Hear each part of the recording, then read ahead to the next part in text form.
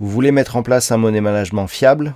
Vous voulez connaître des stratégies de trading simples mais efficaces? Alors achetez mon dernier livre Maîtriser la bourse, un livre indispensable pour réussir en bourse.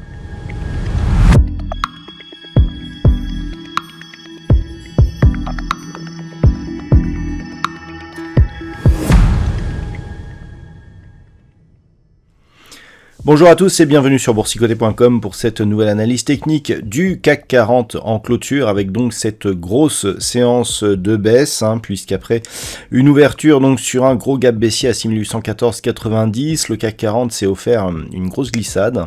Alors en cause l'apparition, l'info circulait déjà, mais des mesures sanitaires qui pourraient changer suite justement à la généralisation du variant sud-africain qui inquiète énormément les marchés et qui a provoqué donc une baisse généralisée sur l'intégralité des indices mondiaux. Et donc au terme de cette séance, le CAC 40, suite à ce gros gap, termine sur des niveaux qui datent d'environ un mois, puisqu'à 6739,73, le CAC 40 perd ce soir 4,75% par rapport à la clôture de la séance précédente. Donc on a ici une grosse dynamique baissière qui s'est mise en place, et avec, nous allons le voir, des conséquences donc sur les principales tendances. Du point de vue des indicateurs techniques, nous sommes sur une dynamique qui reste baissière. Alors elle était déjà, mais elle s'est intensifiée ici. On a un RSI qui se dirige tout droit vers sa zone de survente, et chose importante, on a énormément de volume sur cette séance, 7,8 milliards à peu près.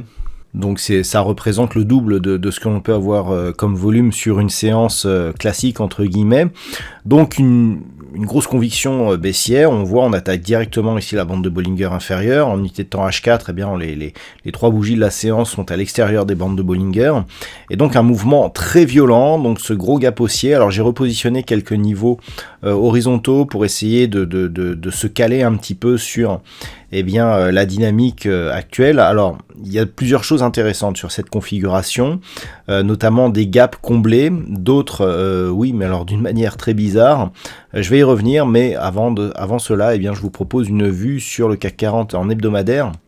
Alors avec une vue très très impressionnante. On voit ici que l'on vient donc plafonner sous cette zone de point haut que j'ai quantifié à 7130 points, et puis cette grosse cassure ici qui casse donc ce support majeur des 6860 et qui vient ici au contact de la moyenne mobile 20 exponentielle. Donc ça c'est assez intéressant puisqu'on le voit par rapport à cette moyenne mobile, on reste dans une dynamique haussière d'un point de vue moyen terme puisqu'on vient ici au contact de cette moyenne. Après il va falloir voir si on ne va pas l'enfoncer. On a des repères pour cela et on va détailler tout ça. Du point de vue des indicateurs techniques, donc sur cette unité de temps, naturellement on était sur une dynamique haussière, on passe en dynamique baissière. Alors les signaux baissiers sont assez importants tout de même. On voit ici au niveau des histogrammes, on passe directement dans la partie inférieure de la zone d'évolution. Au niveau du RSI, on a une cassure donc de la zone de surachat, mais si on élargit un petit peu, on a une succession ici de points hauts sur l'indicateur que l'on ne retrouve pas sur les cours, ce qui fait donc partie d'une configuration de divergence baissière. Et le fait d'avoir ici cette impulsion renforce le signal de cassure de la zone de surachat que nous avons ici. Donc attention, pour l'instant effectivement on est sur une configuration qui reste haussière d'un point de vue moyen terme, mais si on venait à enfoncer notamment cette zone ici des 6422 points prochainement, là on pourra avoir un signal de retournement de tendance qui serait la suite logique ici de cette divergence. Donc attention, la semaine prochaine, plusieurs niveaux à surveiller d'un point de vue moyen terme. Alors niveau je dirais anecdotique, 6670 points. Par rapport à la volatilité qu'on a eue, on est tellement près qu'on pourrait presque considérer que ce support a été touché, une échelle moyen terme. Toutefois, on surveillera ce niveau. Si celui-ci venait à être touché, voire cassé, c'est 6522, voire 6422. Et c'est surtout ce niveau ici, des 6422, qu'il va falloir surveiller, car une cassure ici de cette zone de point bas significatif, là, d'un point de vue de la loi de Dow, réorienterait la dynamique moyen terme à la baisse, puisqu'on aurait rupture d'un point bas significatif. À la hausse, c'est la zone des 6860 points qu'il va falloir surveiller.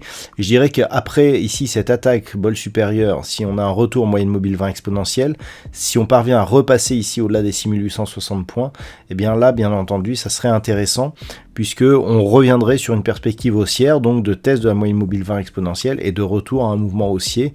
On préserverait ici cette ancienne résistance qui pourrait, selon l'ouverture de lundi, eh bien, prendre le statut de support, ce qui serait intéressant, puisque après avoir été résistance ici et franchi sur gap, si cette zone s'impose comme support, c'est un signal très rassurant pour la dynamique moyen terme.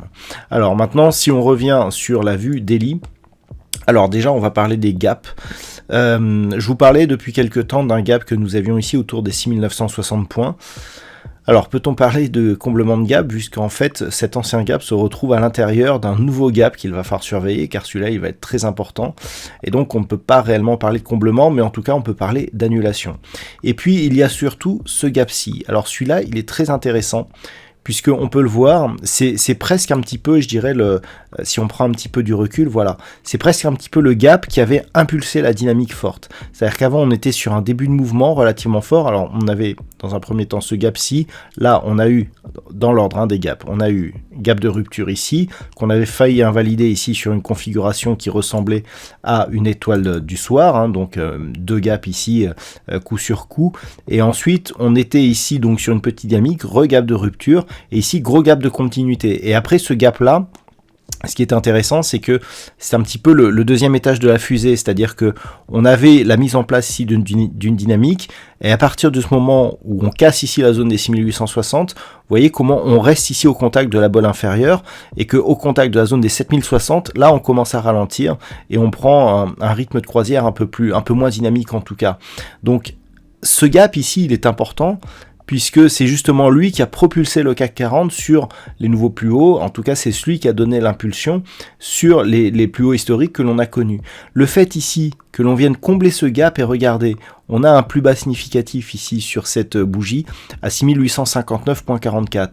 On a un plus haut sur cette bougie à 6861.15. Ce qui veut dire que ce gap, il est comblé de justesse. Ici, on est à 59, ici 61, donc il est comblé. Mais il est comblé de telle manière qu'il valide ici la zone des 6860 points comme zone majeure.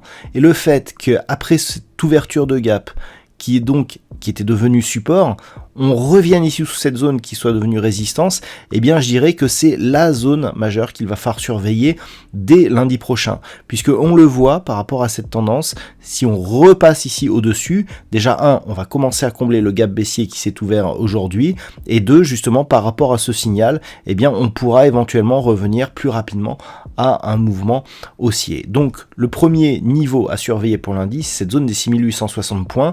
À partir du moment où on commence à remonter ici au-delà de cette zone, on pourra revenir sur 6960. Le test ici de ce gap sera aussi intéressant, mais ce n'est qu'au-dessus de 7060 que l'on pourrait reparler de hausse. D'un point de vue daily, c'est vraiment ce niveau qu'il faudra surveiller, et notamment la moyenne mobile 20 exponentielle. Je vous rappelle que l'on avait une course ici largement au-dessus de cette moyenne mobile. À partir du moment où on vient attaquer ici la bolle inférieure, eh bien cette moyenne mobile peut désormais s'interposer comme une résistance et valider. Donc, eh bien si cette moyenne mobile se comporte comme une résistance, cela voudra dire que l'on a une dynamique baissière qui est en construction. Donc ici 6960, moyenne mobile 7060 points, validation donc d'un retournement et d'une reprise du mouvement haussier potentiel. Voilà donc ce que l'on peut dire sur cette configuration technique pour ce soir. D'un point de vue statistique, vous doutez bien qu'après une telle séance, un tel gap sorti des bols, on n'a pas assez d'occurrences pour vraiment quantifier une statistique fiable, donc il faudra encore une fois se tenir à l'observation des zones horizontales. Voilà donc ce que l'on peut dire sur cette analyse technique en cette fin de semaine. Je vous souhaite un bon week-end, on se retrouve dès la semaine prochaine pour d'autres analyses techniques, toujours sur le site boursicoté.com.